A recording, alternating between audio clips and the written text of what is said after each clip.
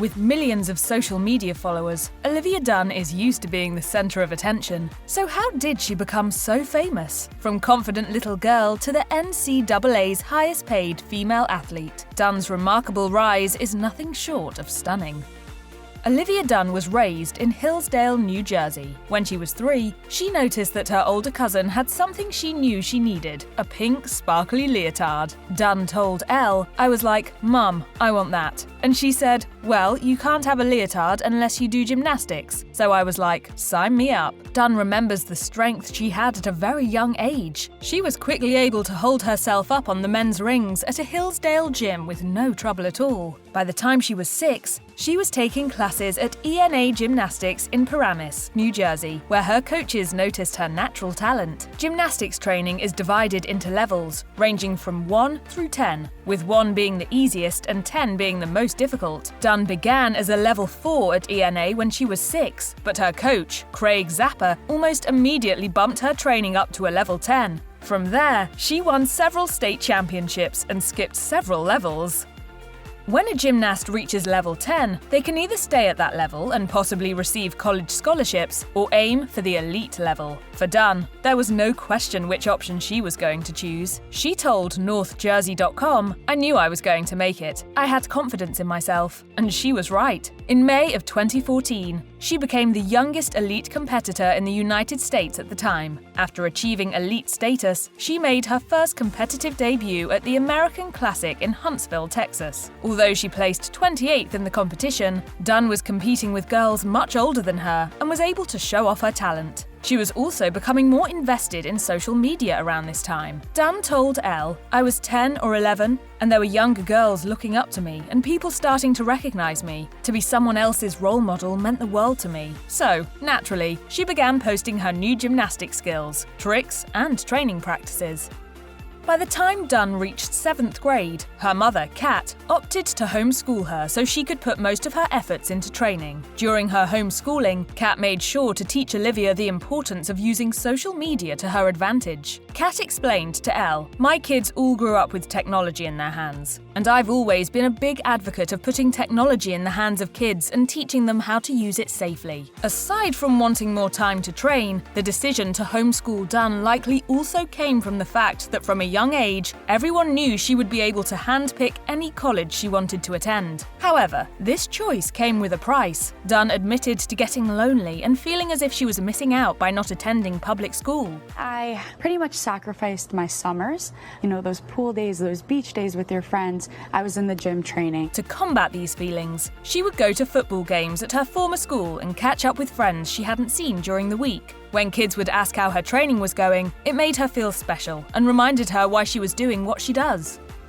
In 2017, Dunne made the USA Gymnastics Women's Junior National Team, but competing at that level also meant training at the Karolyi Ranch in rural Huntsville, Texas. The 2,000-acre center was created for training the top female gymnasts in the United States. During the ranch's time as the U.S. Women's National Team Training Center and a U.S. Olympic training site, there was much more going on beneath the surface. In 2016, gymnasts began stepping up and speaking out publicly against Larry Nassar, the team doctor at the ranch. Many alleged that they had suffered sexual abuse at the hands of Nassar, and that these occurrences had been going on for years. Nassar claimed his actions were for medical reasons, and journalists reported that Bella and Marta Karolyi knew what was going on, but chose to do nothing. Dunne recalls her years at Karolyi Ranch as abusive, but she knew that going there was the only way to achieve her dreams. The Nassar investigation was an emotional time for everyone involved in gymnastics. Nassar was sentenced to life in prison, and the ranch permanently closed. In spring 2017, Dunne accepted a full athletic scholarship to Louisiana State University with the intention of beginning college in 2020. That year, she also won 3 medals at the US Classic in Chicago, along with additional medals at the P&G Championships in California. She made her senior debut in 2018 in Italy, describing the experience as really fun. Shortly after she got back, however, Dunne suffered an ankle injury. She took most of 2019 off to recover, but that didn't stop her from pushing forward. She told called Flow Gymnastics, as long as I'm training my hardest, I know I'll compete my best. Dunne signed her National Letter of Intent, or NIL, to LSU for gymnastics on a full athletic scholarship in the fall of 2019. Competing on LSU's gymnastics team is a once-in-a-lifetime experience, so I figured why not do it now. For Dunne, beginning college was a major step because one of her goals is to amplify the presence of college sports. She told Sports Illustrated, "As a female athlete, I hope I can bring attention to how amazing college sports are and how hard college athletics are. In gymnastics, a lot of people only watch the Olympics every 4 years, and I feel like I've been able to use my platform to bring an audience to college gymnastics." When the spring of 2020 hit, Olivia Dunne was on vacation with her family in Florida. They found themselves stuck on its beaches amid the national lockdown, so she figured she should try and make the most of her time there. Since TikTok was on the rise and becoming ever more popular, Dunne began posting on the platform. She started uploading simple TikToks of herself demonstrating various moves on the beach, and began calling the series Beachnastics. The videos were met with millions of views and thousands of comments praising Dunne's talent and beauty. Before long, she was gaining hundreds of thousands of new followers each week. By late summer 2021, Dunne became the most followed college athlete in the world and has since accumulated a combined 12 million followers between TikTok and Instagram. To have a following means so much to me because I really want to bring the hype to LSU.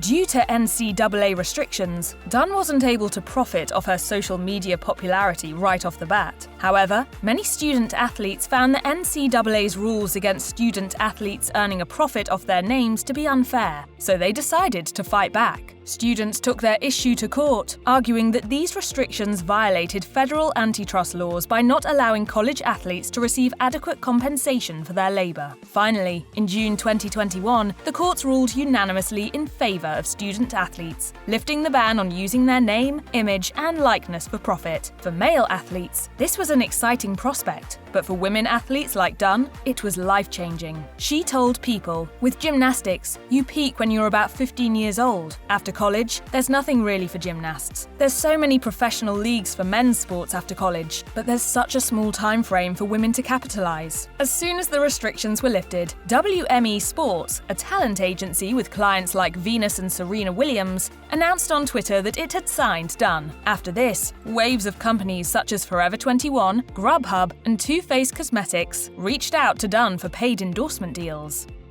Thanks to all of her endorsement deals, Dunne is the highest paid NCAA female athlete, bringing in 7 figures each year. I'm very grateful to be making 7 figures. It is very cool that someone in college has the opportunity to do that now. Moreover, Dunne and gymnast Sunisa Lee are the only 2 women to make the list of the top 10 highest paid NCAA athletes. But Dunne hopes it doesn't stay that way for long. She told People, "Opportunities for men and women in NCAA sports should be equal. I want to show you can do whatever you love, whether it's gymnastics or music or painting, and capitalize on it and create your own business." This is exactly what inspired Dunne to launch the Livy Fund in 2023, which is an organization created to help other female athletes profit from NIL deals. She feels that educating her peers on exactly how to do what she does is a big step in the right direction for equality in sports, telling Sports Illustrated, "I want to continue to elevate women's sports as a whole, because they really deserve the same publicity as the men's. We do equal work. We put in equal time in our facilities every day and in school, so I feel like it would be right for this to be equal."